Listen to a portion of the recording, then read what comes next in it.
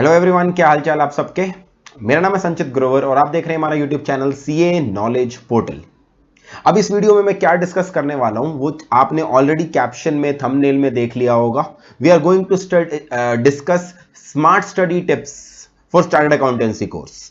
आज से कुछ दिन पहले मैंने अपनी एक वीडियो डाली थी जिसके अंदर मैंने ये डिस्कस किया था कि क्या सीए कोर्स टफ कोर्स है और है तो कितना टफ है, जिसके अंदर मैंने एक सेल्फ इवैल्यूएशन टेस्ट की भी बात करी थी। काफी सारे स्टूडेंट्स ने वो टेस्ट दिया है और वो अपने अपने मार्क्स भी मुझे मैसेज कर रहे हैं। आई होप आप सबको वो टेस्ट पसंद आया होगा। जिन्होंने वो वीडियो अभी तक नहीं देखी, ऊपर आई बटन में मैंने वो वीडियो का मैंने लिंक दे दिया, आप उस वीडियो को जरूर देखिएगा। आपकी काफी सारी मिसकंसेप्शंस उसके अंदर क्लियर हो जाएंगी।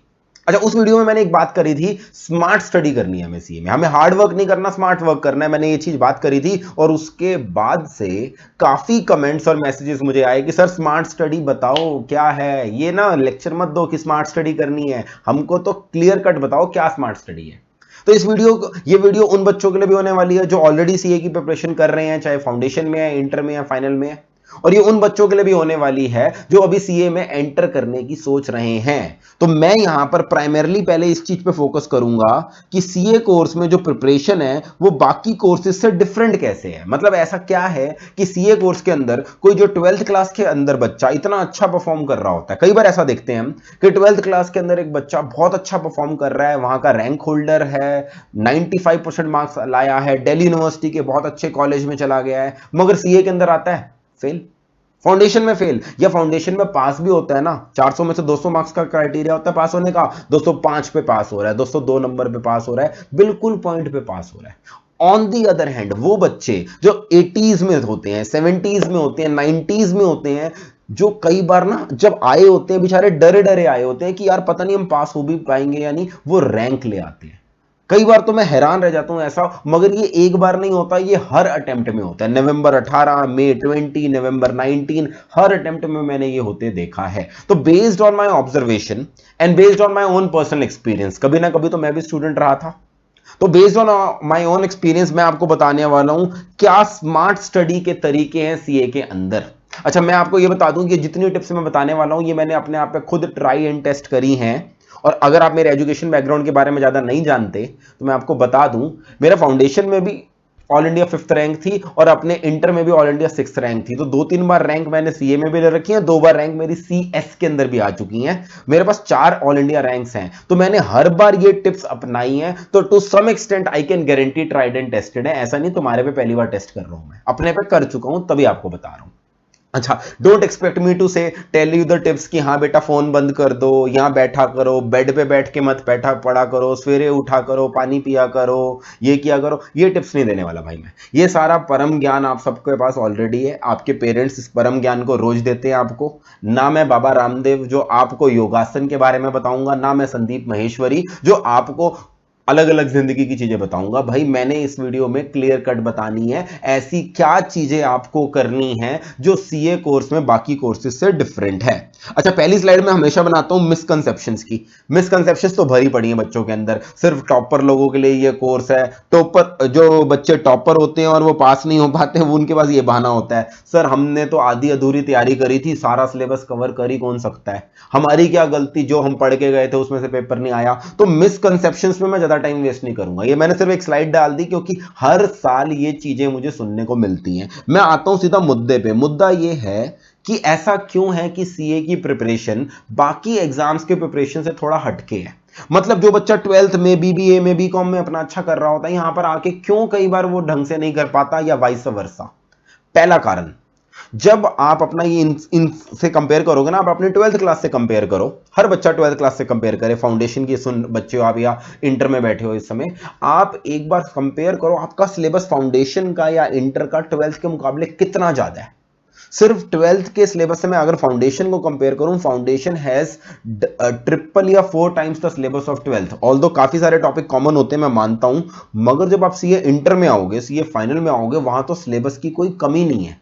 मैं खुद टैक्स पढ़ाता हूं सीए इंटर के अंदर, भाई 17 चैप्टर इनकम टैक्स के अंदर, 13 चैप्टर जीएसटी के अंदर, फिर भी 100 मार्क्स ही मिलेंगे और ऐसे 8 पेपर और होंगे। तो सिलेबस की कोई कमी नहीं है हमारे पास से, और मैं डरा नहीं रहा, सिलेबस है वहां पर मैं मानता हूं, मगर दूसरी चीज जो साथ साथ इसके है वो ये है कि आपको 12th क्लास में उतने सिलेबस के लिए जब एग्जाम में जाते थे ना, सीबीएसई 8-8 छुट्टियां देता था, 10-10 छुट्टियां देता था, 5 छुट्टियां देता था किसी पेपर में।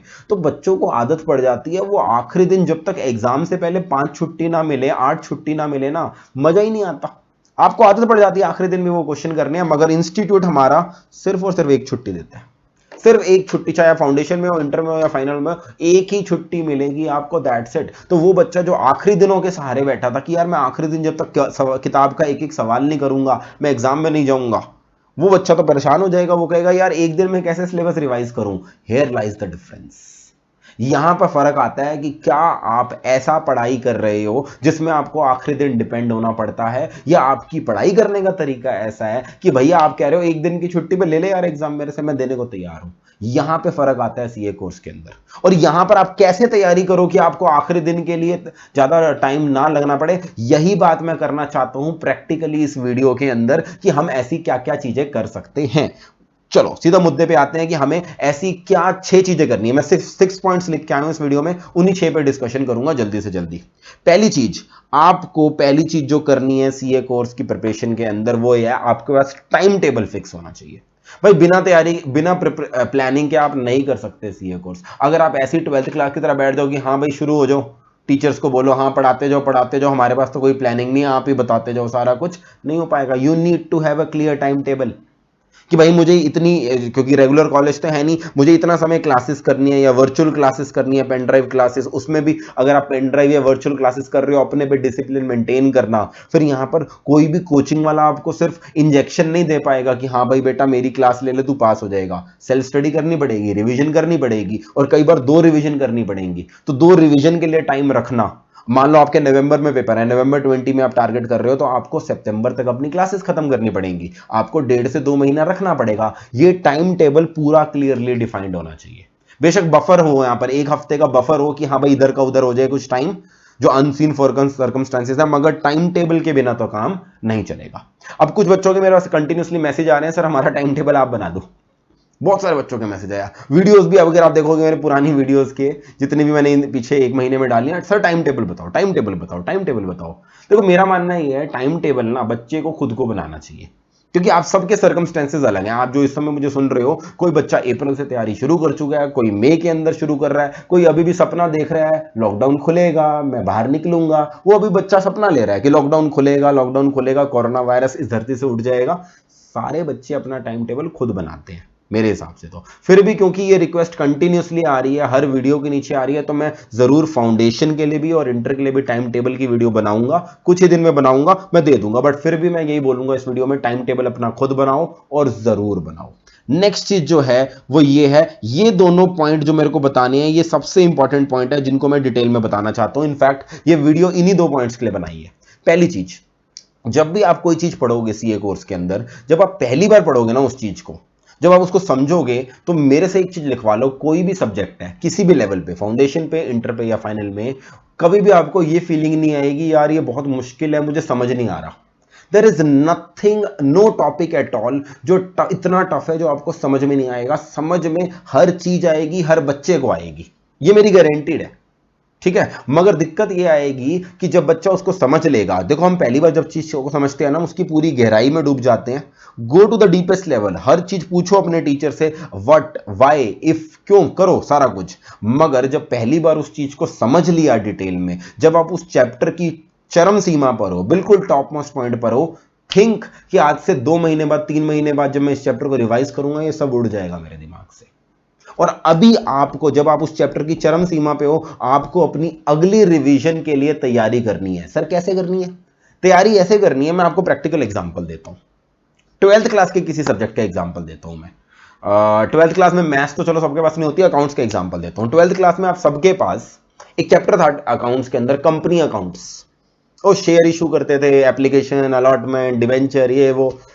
लगे रहते थे उस क्वेश्चन में। मैं बच्चों को देखता हूं एक ही तरह के 50-50 क्वेश्चन, 60-60 क्वेश्चन कर रहे हैं, क्योंकि 12th के टीचर ने बोला बेटा प्रैक्टिस कर, प्रैक्टिस कर, प्रैक्टिस कर, प्रैक्टिस करेगा तो वहां पर आएगा दिमाग में, और ऐसे कर करके रटवा रहे होते हैं। बेटा टेबल होती है, इसमें ये ऐड कर दियो, ये लेस कर दियो, लगे होते हैं प्रैक्टिस करने में। आखिरी दिन एग्जाम भी होता है ना, जब तक वो 50 क्वेश्चन आपने करे ना हो ना, आप एग्जाम में नहीं जाते। आप रात रात तक जागते हो बोर्ड के एग्जाम से पहले और कहते हो ये 50 क्वेश्चन तो मैं करके जाऊंगा। ये गलत तरीका है, गलत तरीका है ये।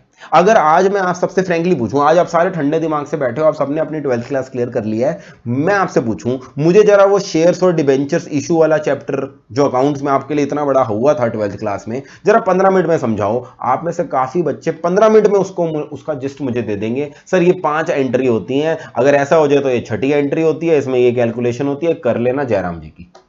जब इतना सा कॉन्सेप्ट को इतना बड़ा हुआ क्यों बना रखा था? क्योंकि आप उसकी कॉन्सेप्ट को एक जगह लिखते ही नहीं थे। अगर अगली बार सिर्फ वो कॉन्सेप्ट ही पढ़ना होता, आज आप वही फिर से चैप्टर जा रहे हो, अगर आप वो कोई वही कॉन्सेप्ट बता दे, वो चैप्टर मात्र आधे घंटे में कंप्लीट हो जाएगा आपका। ये चीज आपको सीए कोर्स में करनी है कि जब आप एक चैप्टर पूरी तरह से पढ़ रहे हो, पहली बार कर रहे हो, तो अगली बार के लिए उसकी तैयारी साथ साथ करनी है। थ्योरी में भी ऐसा करना है। थ्योरी में आपने समझ लिया, सब कुछ कर लिया, मगर अगली बार फिर से वो थ्योरी वाला चैप्टर पढ़ना है, और अगली बार फिर से उस चैप्टर को 5 घंटे नहीं दे सकते भाई, नहीं है अगली बार के लिए 5 घंटे।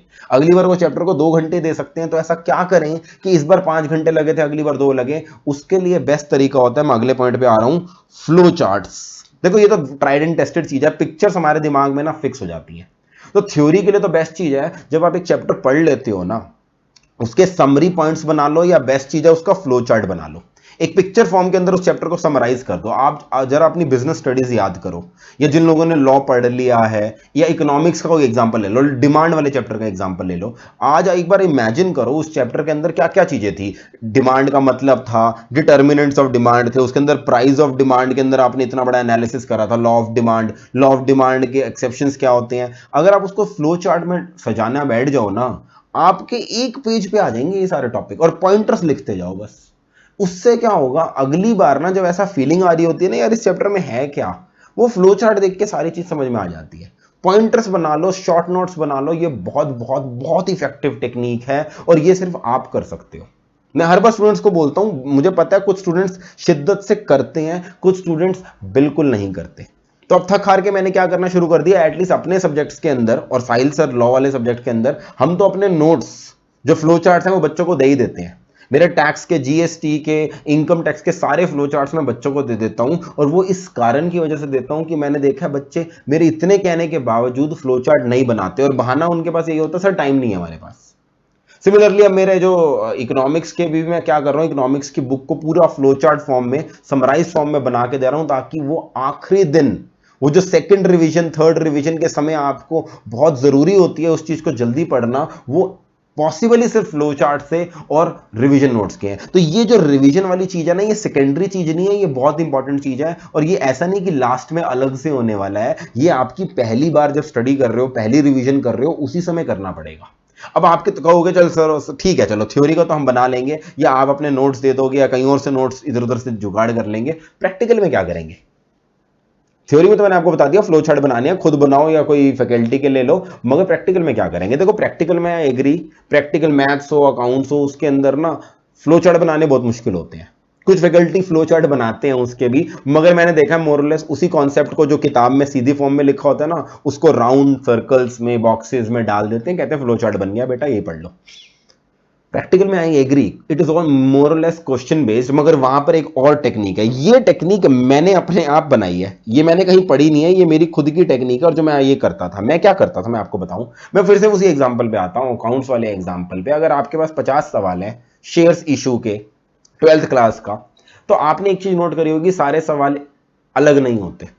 कुछ सवाल होते हैं एग्जैक्ट रेप्लिका होते हैं पिछली वाले के, वो सिर्फ प्रैक्टिस के लिए होते हैं। तो पहली रीडिंग में उनको तो पहले लिख दो। मान लो क्वेश्चन नंबर 1 2 3 4 है, क्वेश्चन नंबर 2 बिल्कुल 1 जैसा है, 3 1 जैसा है, तो 2 और 3 क्वेश्चन के ऊपर लिख डालोगे सेम एज 1। ये अपने रेफरेंस के लिए किताब पे लिख डालो। मुझे बहुत ज्यादा चिढ़ है उन बच्चों से जो कहते हैं नहीं सर मेरी किताब साफ सुथरी होनी चाहिए, उस पर कुछ लिखा नहीं होना चाहिए, मैं तो मेंटेन करके चलता हूं। भाई मेंटेन कुछ नहीं होता। लिखो उस पे, कर दो गंदी उस किताब को, इतनी गंदी होनी चाहिए कि आपके घर वाले किताब देख के डर जाए कि हमारा बच्चा कितना पढ़ रहा है। उस पे लिख दो कि same as one, no need to do. या सर आप बोलो, आप में से कुछ बोलोगे सर आप कैसी बातें कर रहे हो, सारे क्वेश्चन एक जैसे नहीं होते, हमें मुझे भी पता सारे एक जैसे नहीं होते।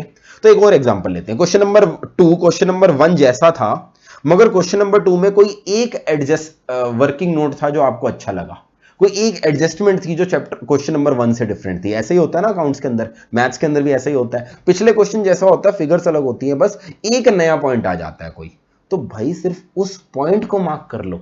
जैसे आपको फाइनल अकाउंट्स का कोई क्वेश्चन कर रहे हो, आपको लगा यार सारा कुछ पिछले क्वेश्चन जैसा है, इसके अंदर ना स्टॉक की कैलकुलेशन अच्छी थी, स्टॉक की कैलकुलेशन में कुछ नया पॉइंट था, तो सारा क्वेश्चन करने की क्या जरूरत है, उस क्वेश्चन के ऊपर लिख लो only one important point stock, और स्टॉक के ऊपर गोला लगा लो, और उधर से जहां पर अपने रजिस्टर के अंदर या जो भी सॉल्यूशन है आपके पास, वहां पर भी हाईलाइट कर लो कि सिर्फ ये इंपॉर्टेंट पॉइंट है।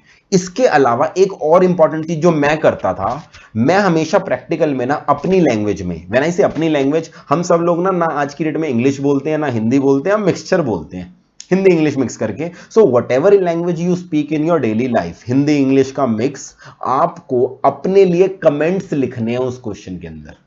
मतलब इट इज लाइक, मैं सिंपल भाषा में बोलूं, it is like you talking to the future you. आपने वो मूवी देखी होगी कार्तिक कॉलिंग कार्तिक, वो रात को बैठ के, उसको बीमारी थी कोई, रात को रिकॉर्ड करता था, सवेरे खुद ही सुनता था। आपको भी यही करना है, फोन पे नहीं लगना, आपको अपनी किताब के अंदर अपने फ्यूचर रेफरेंस के लिए लिखनी है ये चीजें। यानी आज आपको समझ में आ गया, आज आपने अपने टीचर का दिमाग खा खा के या खुद अपना दिमाग लगा लगा के उस चीज को समझ लिया, आपको लगा अरे वाह क्लोजिंग पॉइंट स्टॉक को कैलकुलेट करने का एक नया पॉइंट है, मार्क कर लो। क्या नया पॉइंट है, ऐसी क्यों ट्रीटमेंट करी है, उस क्वेश्चन के अंदर ऐसा क्यों नहीं किया था, अभी आपको पता है, बाद में आपको नहीं पता होगा, लिख डालो। और मैं हमेशा ऐसे रजिस्टर लेता था जिनकी ऊपर की मार्जिन और नीचे की मार्जिन बहुत बड़ी है, क्लासमेट के आते थे या पता नहीं किसके आते थे, मुझे याद नहीं है, ऊपर की और नीचे की मार्जिन में हमेशा ऐसे रजिस्टर लेता था, क्योंकि मेरी ऊपर और नीचे की मार्जिन हमेशा फिल्ड रहती थी, रेड पेन ग्रीन पेन से मैं लिखे रहता था, लिखता रहता था, और अपने लिए कमेंट लिखता था, हिंदी इंग्लिश मराठी पंजाबी जो आपकी लैंग्वेज है उसमें लिखो यार, अपने लिए तो कमेंट्री कर रहे हो। तो ये कमेंट्री बहुत हेल्प करती है, क्योंकि इनके चक्कर में ना पूरा क्वेश्चन फिर से नहीं करना पड़ता। ठीक है, मैं मानता हूं बहुत सारे फैकल्टी आज की डेट में कहते हैं बेटा अकाउंट्स का क्वेश्चन करके नहीं देखोगे मजा नहीं आएगा, पहली बार कर लो, सेकंड रिवीजन के अंदर सवाल करने बैठ गए, नहीं होगा सीए का सिलेबस पूरा, मेरे से लिखवा लो, मैथ्स के सारे क्वेश्चन फिर से सॉल्व करने बैठ जाओ, नहीं होगा। ये करना पड़ेगा आपको, क्वेश्चन छांटने पड़ेंगे, अगली बार आपके पास 10 क्वेश्चन होने चाहिए, और वो कॉन्सेप्ट में कमेंट्स होने चाहिए, कमेंट्स पढ़ते जाओ, आगे चलते जाओ, you will save a lot of time. मेरे से लिख लो, एक बार एक ट्राई करके देखो, एक चैप्टर पे अभी प्रिपरेशन स्टार्ट करी है, चालू करी है, ट्राई करके देखो, आपको खुद को लगेगा यार इतनी जल्दी कैसे हो गया ये। तो थ्योरी में फ्लो चार्ट्स, रिवीजन पॉइंट्स, और प्रैक्टिकल के अंदर ये कमेंट्री वाला सिस्टम करके देखो, this is the best smart study tip जो मैंने इंप्लीमेंट करी है, this is what is smart study. अगली बार के रिवीजन के लिए टाइम बचाना। एक दो चीजें और मैं बताना चाहता हूं, अपने जो वेस्ट होने वाले टाइम है ना उसको यूटिलाइज करना सीखो। जैसे मैंने मेट्रो सिटी के अंदर देखा है, दिल्ली के अंदर लोग ट्रैवल पे बहुत टाइम खर्च करते हैं। आजकल तो कोविड-19 में मानता हूं लॉकडाउन है, बट कभी ना कभी तो खुलेगा, चलो आज नहीं, ये वीडियो अब मेरे चैनल पर रहेगी, कभी ना कभी कभी लोग देखते रहेंगे। तो जब भी आप ट्रैवल करते हो, ट्रैवलिंग फिर से जब लाइफ नॉर्मल होएगी, ट्रैवल का समय को यूज करो। जब आप रात को लेटे हो, आपको नींद नहीं आ रही, आप परेशान हो रहे हो, यार काश मैं जाग रहा होता तो मैं पढ़ता, क्या जरूरत है परेशान होने की। सर तो क्या पढ़ने बैठ जाए, मैं ये नहीं कह रहा, use revision videos and revision clips, बहुत अच्छे तरीका है, स्मार्टफोन हम सबके पास हैं, ऑडियो क्लिप्स होनी चाहिए आपके पास, रिवीजन या रिवीजन वीडियोस हैं, हर फैकल्टी के चैनल पे होती है, मैं ऐसे नहीं कहूंगा सिर्फ मेरे चैनल पे है, मेरे चैनल पे आपको मिल जाएंगी, इकोनॉमिक्स की है, टैक्स की है, लॉ की है, साहिल सर की पढ़ी है, मैराथन रिवीजन क्लासेस पढ़ी हैं, मिल जाएंगी आपको, जो भी फैकल्टी आपको पसंद है, आप उन फैकल्टी की रिवीजन वीडियोस ऑफलाइन मोड में डाउनलोड करके रखो अपने फोन के अंदर, एंड रात को सुनो उसको बैठ के, या ट्रैवल करते समय सुनो। अगर आपको लग रहा है 15 दिन हो गए यार, 20 दिन हो गए, वो चैप्टर रिवाइज नहीं किया, वो चैप्टर भूल रहा हूं, सिर्फ आप वो रिवीजन क्लिप सुन लोगे ना, तो आपको वो 100% नहीं 80% रिवाइज तो हो जाएगा। और ये बहुत बार करना पड़ेगा आपको, जब भी आपको सीए कोर्स में लगे ना यार पिछला मैं भूलता जा रहा हूं, रिवीजन क्लिप्स देख लो, बिल्कुल याद आ जाएगा फिर से। So this is one way जहां पर आप स्मार्ट टेक्निक यूज करके अपने वेस्ट होने वाले टाइम को प्रोडक्टिव बना सकते हो। राइट, आगे बढ़ते हैं। एक चीज मैं और बोलूंगा, ये जो रट्टा लगाने की आदत है ना, इसको छोड़ दो। और हम सबको ना कई बार पता भी नहीं चल रहा होता, हम जाने अनजाने में रट्टा लगा रहे होते हैं, जब तक कि हमें लग रहा होता है हमें समझ आ रहा है। मेरी लाइफ में भी ये रियलाइजेशन तब आई थी जब मैं सीए इंटर में आया था। फाउंडेशन तो उस समय होती नहीं थी, सीपीटी होता था जो कि बहुत ही सिंपल होता था। अब तो फाउंडेशन में ही वाट लग जाती है बच्चों की। तो आप सबके साथ ऐसा होगा फाउंडेशन इंटर या किसी लेवल पे, जब आपको रियलाइज भी नहीं होगा आप रट्टा मार रहे होगे। क्योंकि हम सबका ना एक एजुकेशन सिस्टम ऐसा बन गया है सीबीएसई या स्टेट बोर्ड्स का, रट्टा मारते रहते हैं, रट्टा मारते रहते हैं, सेम चीज लिखनी है, सेम चीज लिखनी है, बेटा यही सीबीएसई वाला एनसीईआरटी वाला लिखना है। हम रट्टा मारना शुरू कर देते हैं, हमारा माइंड ट्रेन हो जाता है। और यहां पर रट्टा चलेगा ही नहीं, क्योंकि यहां पर सिलेबस इतना ज्यादा है, आपका माइंड रिटेन ही नहीं कर पाएगा रट्टे को। एक चीज समझ लेना, यहां पर understanding is the only way out. There will be certain chapters, there will be certain subjects जिनमें रट्टा मारना पड़ेगा, बट मोरलेस यहां पर अंडरस्टैंडिंग चलेगी। जो ये अकाउंट्स के अंदर आप कहते हो ना, सर फलाना मेथड मैंने याद कर लिया, उसमें ये चीज ऐड करनी होती है, ये चीज लेस करनी होती है, सर यहां पर ये फॉर्मूला लगा देता हूं मैं मैथ्स में, मेरे सर ने सिखाया था। रटो मत यार, समझो। तुम्हारे सर ने थोड़ा इन्वेंट किया था वो फॉर्मूला, तुम्हारे सर ने थोड़ा इन्वेंट किया वो मेथड, तुम्हारी मैम ने थोड़ा इन्वेंट किया है। समझो कि तुम्हारे सर ने क्या बोला है तुम्हें। अगर समझ लोगे फिर आपको रट्टा नहीं मारना पड़ेगा। लास्ट डे रिवीजन, वो आखिरी दिन की छुट्टियों पर डिपेंड नहीं रहना पड़ेगा। और अगर मैं आपको एक सिंपल सी प्रैक्टिकल टिप दे रहा हूं, इसको इंप्लीमेंट करके देखना। अगर आपको सिर्फ ये सोचना है ना कि क्या मुझे ये चीज समझ में आ गई है और क्या मुझे ये चीज रटी है, सिर्फ मैंने कोई भी चीज पढ़ रहे हो, किसी से भी क्लासेस ले रहे हो, खुद सेल्फ स्टडी कर रहे हो, आप अपने आप से पूछना क्या मैं इस चीज को किसी और चीज को बंदे को समझा सकता हूं या नहीं। लेट्स से आपने कॉन्ट्रैक्ट एक्ट का आज एक नया सेक्शन सीखा और आपको लगता है यार मुझे तो बढ़िया से समझ में आ गया। आपने अपने स्टाइल में, वही सेम एग्जांपल मत रिपीट कर देना जो टीचर ने रिपीट करें, अपने स्टाइल में सिर्फ किसी को समझाना है। आई एम नॉट सेइंग कि अपने घर में जाकर अपने बड़े भाई को, बहन को, पेरेंट्स को जाकर परेशान करो, उनको कहो सर मेरी बात सुनो, मेरी बात सुनो, मारेंगे पकड़ के वो। आपने अपने दिमाग के अंदर सिर्फ एक इमेजिनेटिव सिचुएशन बतानी है कि क्या 5 मिनट के अंदर मैं ये चीज किसी को समझा सकता हूं। If you can do it then आपको चीज समझ में आ गई है। आप अच्छे से, आपको खुद को पता लग जाएगी मैंने अच्छे से समझाई है या नहीं। अगर वो चीज करने में आपको दिक्कत आ रही है, अटक रहे हो, कॉन्सेप्चुअल वीक लग रहे हो, अरे यार ये तो मैंने सोचा ही नहीं था, वहां पर आपको पता लग जाएगा बेटा आपने रट्टा मारा था। तो ये चीजें टेस्ट करके देखना। Always keep checking your self, क्या मुझे ये चीज समझ में आई या नहीं। मैं न्यूज़पेपर भी पढ़ता हूँ ना, मुझे इकोनॉमिक टाइम्स पढ़ने की बहुत आदत है। मैं इकोनॉमिक टाइम्स का पूरा पन्ना पढ़ने के बाद ना 1 मिनट के लिए ऐसे सोचता हूँ कि इस न्यूज को अगर मुझे किसी बच्चे को समझाना है, इसके ऊपर मुझे यूट्यूब वीडियो बनानी है, तो मैं क्या बोलूंगा। और अगर मैं बोल पा रहा हूं उसका मतलब मैंने वो न्यूज समझ लिया और वो न्यूज मुझे याद रहेगी। और जिन बच्चों ने इकोनॉमिक्स पढ़ी है मेरे से या जो क्लास में देखते हैं, मेरे सारे एग्जाम्पल इकोनॉमिक टाइम्स से उठ के आते हैं, क्योंकि मैं बहुत इकोनॉमिक टाइम्स पढ़ता हूं और आज भी ये टेक्निक अपनाता हूं, which you should also try give it a try. और लास्ट में एक चीज, ये स्मार्ट स्टडी टेक्निक नहीं है, ये जस्ट मैं आप सबके साथ बोलना चाहता हूं। There will be times in CA course जब आपको लग रहा होगा यार मेरे से नहीं हो पा रहा। And let me tell you, ये फीलिंग हर बच्चे को आती है, चाहे वो बच्चा मेट्रो सिटी में बैठा हो, टियर 1 में बैठा हो, टियर 2 में बैठा हो। अक्सर टियर 2 सिटीज वालों को ना ऐसा लगता है यार शायद हम तैयारी नहीं कर रहे, बेस्ट ऑफ कोचिंग ये दिल्ली वाले ले रहे हैं, ये मुंबई वाले, ये पुणे वाले, ये जयपुर वाले ले रहे हैं, इन सिटीज के अंदर सारी कोचिंग्स हैं, ये हैं। टेंशन लेने की जरूरत नहीं है, सबकी इक्वली फटी होती है, सबकी इक्वली बैंड बजी होती है। मैं आपको बता रहा हूं, मैं तो खुद, मैंने एक्सपीरियंस करा है ना, मेरे बहुत सारे दोस्त रैंक होल्डर हैं, मैंने खुद भी रैंक लेके देख रखी है। सबकी बजी होती है, जैसे जैसे सिलेबस बढ़ रहा होता है ना, सबका धुक धुक हो रहा होता है दिल में। तो ये कभी मत सोचना कि आप अपने आप को अंडर एस्टिमेट नहीं करना। देयर विल बी टाइम्स जब होपलेसनेस आएगी, और उस समय ऐसा आपको जो भी मोटिवेट करने का तरीका सही लगे, मेरी वीडियो देखनी है मोटिवेट होने के लिए, संदीप महेश्वरी को देखना है, किसी और फैकल्टी को देखना है, कुछ भी कर लो, आउटसाइड मोटिवेशन से काम नहीं चलेगा। लिखवा लो मेरे से। एक ही चीज है जो आपको कंटिन्यूसली मोटिवेट रखेगी, सेल्फ मोटिवेशन। अपने आप को एक दिमाग में ध्यान रखना है, मैं किसी से कम नहीं हूं। मैं अपनी क्लास में पहले दिन एक चीज बोलता हूं बच्चों को ठंडा करने के लिए, अपने आसपास सबको देखो और एक बार उनकी शक्ल देखो, क्या वो तुमसे इंटेलिजेंट लग रहे हैं तुम्हें। मैं ये ड्रिल कराता हूं अपनी क्लास के अंदर, बकायदा इकोनॉमिक्स की पहली क्लास के अंदर। अपने आसपास सबको देखो और उनकी शक्ल देख के बोलो क्या वो तुमसे ज्यादा इंटेलिजेंट लग रहे हैं। 1 मिनट जब आप इधर देखते हो ना, आपको लगता है यार सारे मेरे जैसी तो हैं। तो ये जो फालतू के अंदर चीज आएगी ना, इसको निकाल देना। ये स्मार्ट स्टडी का पार्ट नहीं है, बट ये बहुत हेल्प करने वाला है। So these were small little tips जो मैंने डिस्कस करी। मैं वीडियो को ज्यादा लंबा नहीं करूंगा, मैं इतनी चीजें मैं बताऊंगा। इसके अलावा आपकी कोई स्पेसिफिक क्वेरी है, आपके दिमाग में कोई चीज है, स्पेसिफिक बात करना। जनरल क्वेरी मत पूछा करो मेरे से, specific query. You are most welcome to contact me on my Instagram ID. Instagram के अंदर मैं अच्छे से, मैंने अलग अलग इनबॉक्स बना रखे हैं, मैं पर्सनल इनबॉक्स अलग रखता हूँ, क्वेरीज का अलग रखता हूं, तो मैं आपकी क्वेरीज बेटर आंसर कर पाता हूं वहां पे। या आपके पास इंस्टाग्राम नहीं है तो आप मेरे को व्हाट्सएप पे भी कर सकते हो मैसेज। व्हाट्सएप पे थोड़ा सा डिले हो जाएगा, शायद मैं 2-3 दिन में रिप्लाई कर पाऊं। इंस्टाग्राम पे मैं जल्दी रिप्लाई कर देता हूं। So it is your choice, आप मेरे से डाउट पूछ सकते हो। मैंने अपने बाकी कॉन्टैक्ट डिटेल्स भी बता दी हैं। आपको कभी भी हमारी टीम से कोई स्पेसिफिक इशू के बारे में बात करनी हो, you are always welcome. Thank you so much for watching this video. अगर आपको ये वीडियो पसंद आई है, किसी ऐसे जरूर बंदे के साथ शेयर कीजिएगा जो इन्हीं सारी चीजों से पीड़ित है, पीड़ित ही बोलूंगा मैं, जिसके दिमाग में ये सारी मिसकंसेप्शंस हैं।